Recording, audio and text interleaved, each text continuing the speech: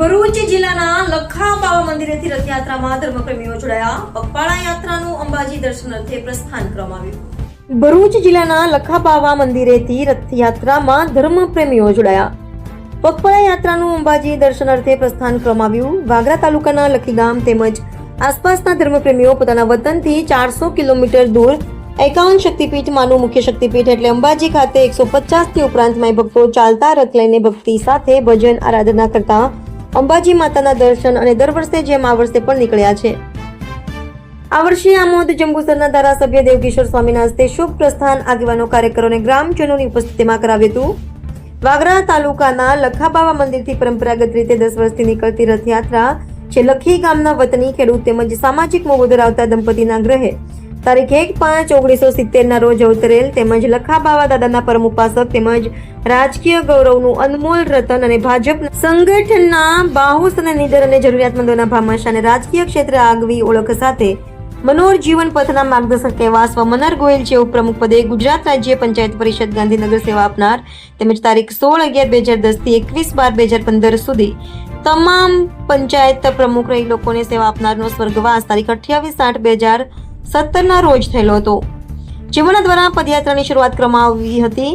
જ્યારે મન્નર ગોયલ જીવિત હતા ત્યારે લખબાવા તેમજ અંબાજી માતાના પરમ ભક્ત હોય જેથી એમના દ્વારા આયોજન કરવામાં આવ્યું હતું અને લખબાવા અંબાજી જેવા પગપાળા યાત્રા એમની આગેવાની તેમજ માર્ગદર્શન હેઠળ નીકળતી હતી. પણ 27/8/2017 એમનું કુદરતી અવસાન થતા આજુબાજુના ગામ લોકોએ તેમના દ્વારા શરૂ કરાયેલી પરંપરાગત રીતે ચાલતી પ્રથા મુજબ તેમની યાદમાં આજે પણ પગપાળા યાત્રા દર્શનાર્થે હાલ લખી ગામના ધર્મપ્રેમી તેમજ આજુબાજુના ગામના ધર્મપ્રેમીઓ દ્વારા પરંપરાગત રીતે 11 વર્ષ ઉપરાંતથી સતત ચાલતી આવી પ્રથા મુજબ ગતરોજ ધર્મપ્રેમીઓ દ્વારા ભક્તિમય વાતાવરણમાં અંબાજી મંદિરે દર્શન અર્થે પગપાળા યાત્રા નીકળી હતી.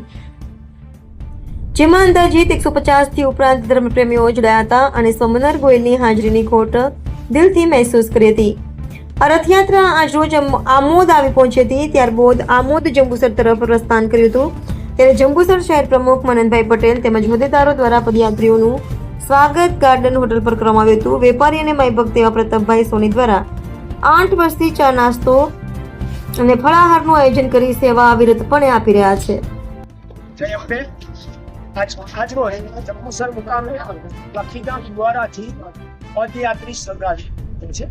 જે સંઘની શરૂઆત સ્વર્ગસ્થ મનહરભાઈ ગોહિલ જે જિલ્લા પંચાયતના પૂર્વ પ્રમુખ પણ રહી ચૂકેલા છે અને અમારા સારા મિત્ર હતા.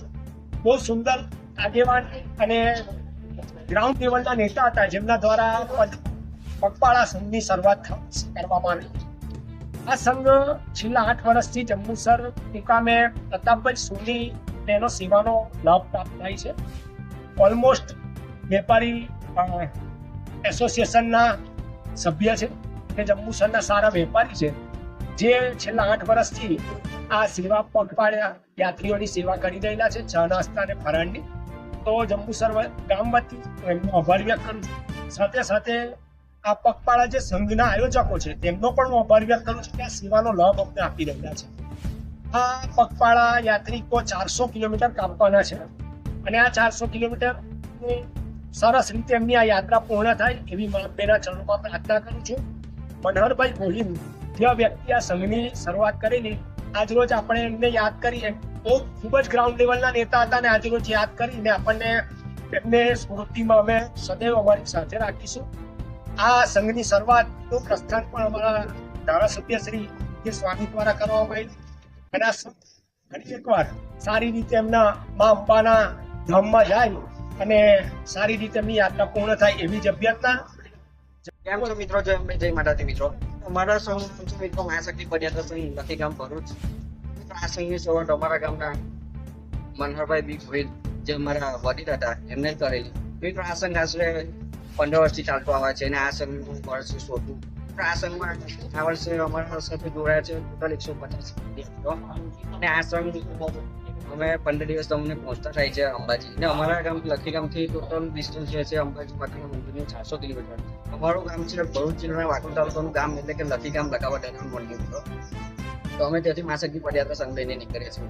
તો અમે 22/8/2025 ના રોજ અમારા ગામ લખી ગામથી નીકળેલા છે મહાશક્તિ પદયાત્રા સંઘ લઈને અને આજે જંબુસર આવી પહોંચ્યા છે. જય અંબે, જય માતા.